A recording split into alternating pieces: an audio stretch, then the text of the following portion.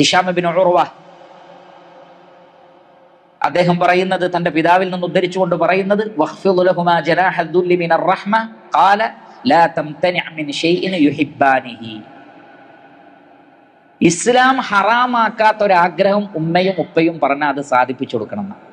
ശരിക്കും ശ്രദ്ധിക്കുക. ഇസ്ലാം ഹറാമാക്കിയ ഒരു കാര്യമാണോ പറയുന്നത്? അനുസരിക്കാൻ പാടില്ല. എന്നാൽ ഇസ്ലാം ഹറാമാക്കാത്ത ഒരു കാര്യം അവർ ആഗ്രഹിക്കുന്നു. നിങ്ങൾക്കൊരു പക്ഷെ അതിനോട് താല്പര്യം ഉണ്ടാവില്ല, അഭിപ്രായം ഉണ്ടാവില്ല, ഇഷ്ടം ഉണ്ടാവില്ല. പക്ഷേ എന്നാലും അവർക്കത് സാധിച്ചു കൊടുക്കണം. ഇല്ലെങ്കിൽ പിന്നെ അതിനർത്ഥമില്ല.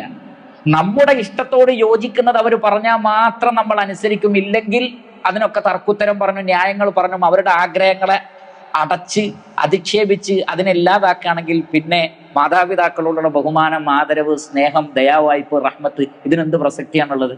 നാം നമ്മുടെ ഭാര്യയുടെയും നമ്മുടെ മക്കളുടെയും ഇഷ്ടം മാത്രമാണ് അവരുടെ കാര്യത്തിൽ ശ്രദ്ധിക്കുന്നതെങ്കിൽ പിന്നെ ഈ കാരുണ്യത്തിന്റെ പ്രസക്തി എന്താണുള്ളത്?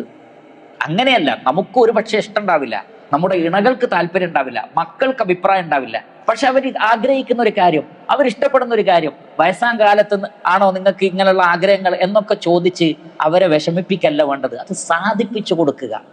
കാരണം കുഞ്ഞു പ്രായത്തിൽ നിങ്ങൾ എന്തൊക്കെ പറഞ്ഞിട്ടുണ്ടോ മാക്സിമം അവരത് സാധിപ്പിച്ചു തന്നിട്ടുണ്ട്. ഒരു കുട്ടി ആവശ്യപ്പെടുന്നതൊക്കെ അവർ വാങ്ങിക്കൊടുക്കുകയാണ്.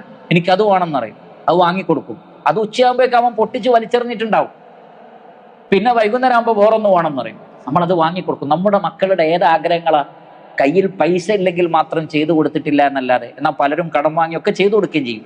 ഇങ്ങനെ മക്കളുടെ ആഗ്രഹങ്ങളൊക്കെ ചെയ്തു തന്ന ആ ഉമ്മയും ഉപ്പയും വാർദ്ധക്യത്തിൽ അവരുടെ ഒരു ആവശ്യം പറയുമ്പോൾ, അവരുടെ ഒരു ഇഷ്ടം പറയുമ്പോൾ എന്തൊക്കെ വർത്തമാനങ്ങളാണ് മക്കൾ പറയുന്നത്. അല്ലാഹു സുബ്ഹാനഹു വ തആല പറഞ്ഞു, പാടില്ല. നിങ്ങൾ കാരുണ്യത്തിന്റെ ചിറക് അവർക്ക് താഴ്ത്തി കൊടുത്തിട്ട് അവർ കേൾക്ക പ്രാർത്ഥിക്കണം എന്നാണ് ചില ഉലമാക്കൾ പറഞ്ഞത്.